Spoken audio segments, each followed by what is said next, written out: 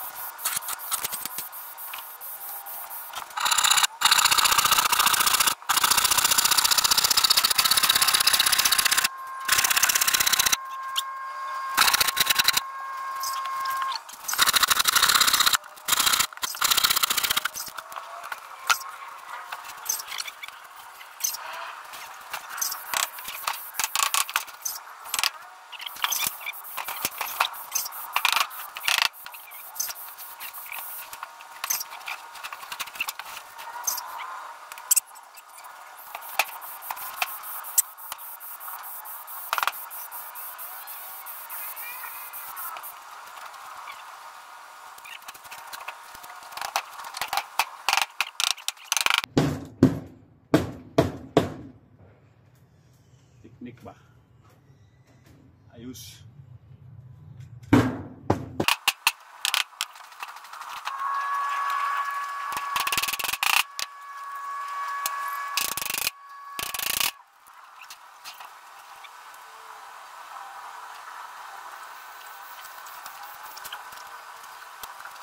A few minutes later. Yan mga ka-farmers, no?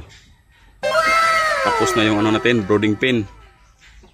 So, 2 kwarto mga ka-farmers. So, di ko na pinapakita yung paglagay ng pintuan mga farmers, no? Kasi hahaba lang masyado yung video natin. So, ganyan. Lagyan ko ng hinges para medyo okay. Tapos, hawakan, lock. Ganun din sa kabila. So, pag bubuksan mo, ganyan lang.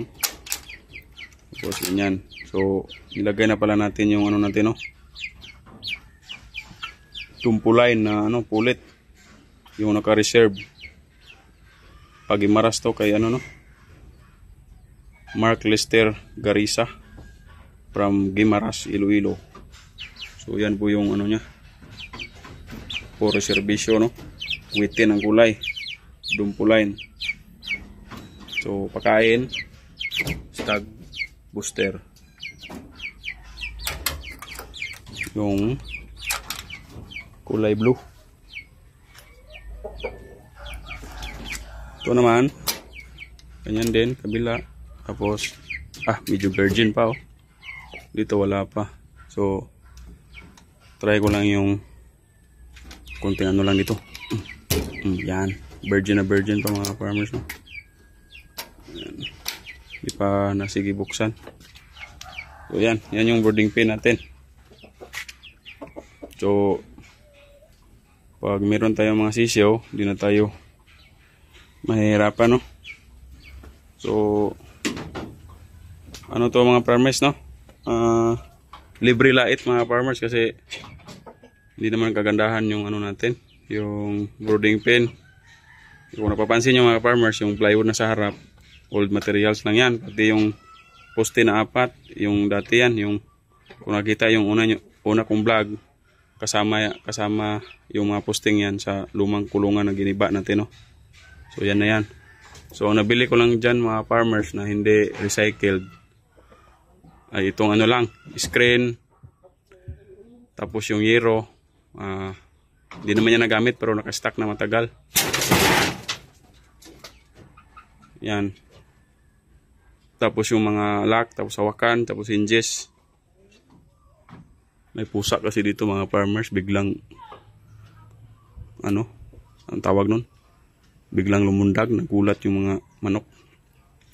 So pasensya na kayo mga ka-farmers, no? Nagulat din ako. So yan, yun lang. Ang nabili ko na hindi recycled, ito lang mga screen. Ulitin ko yung screen, yung hawakan, ito, yung mga ganito kasi hindi naman ito kaya natin gawin, eh.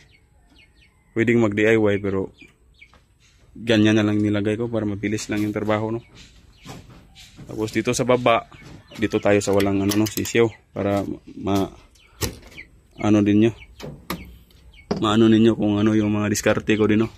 Kung napapansin nyo mga farmers, itong may itim Hindi to tire wire mga ka-farmers, no? Or alambre. Ano to? Doon sa ano daw yung kung magpapakunik ka ng internet, yung wire na yon is maganda yun mga farmers kasi may balot na insulation, tapos hindi din kinakalawang mga ka-farmers. Hindi katulad ng tire wire, nasubukan ko na yung tire wire mga ka-farmers. Ayan o, napuputol sa acid ng ipot, no? Kaya ito yung gamit ko, yung anong tawag do? Basta ka, internet wire, yung gamit ng internet kung magpakunik ka ng wifi.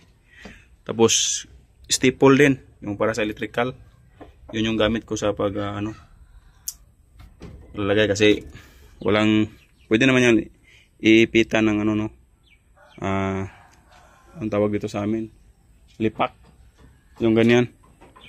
May diskarte sa iba, or lattice, pwede naman yan ipitan, pero ang sa akin hindi ko na inipitan, no? Staple wire lang gamit ko kasi magaan lang naman yung mga sisiyo natin. Hindi naman to lalagyan ng malaking manok, no? Gagaya ng shamu na malaki. Pang brooding pen lang talaga to, no? Pang brooder, yung mga maliliit pa na sisiyo. So yan, ganyan lang. Okay, tapos konting ganyan para kasi pa kaya tigas pa, bago pa kasi. O, tingnan nyo yung babaw, luma yan. Ganyan lang mga farmers, tiis-tiis lang tayo sa mga lumang materyales para hindi tayo malakihan. Okay naman, maganda naman tingnan. So yung mga farmers, maraming salamat, no? Sa napadaan lang sa aking munting channel, sana mag-subscribe kayo at i-hit na rin ninyo yung notification bell para lagi kang updated sa ating mga susunod na video, no? At sana din mga farmers ay may natutunan kayo sa aking munting vlog, kahit kunti lang mga farmers na nakatulong sa inyo. So comment rin kayo mga farmers kung gusto nyo magpa-shoutout. So yun mga farmers, maraming salamat and God bless mga farmers.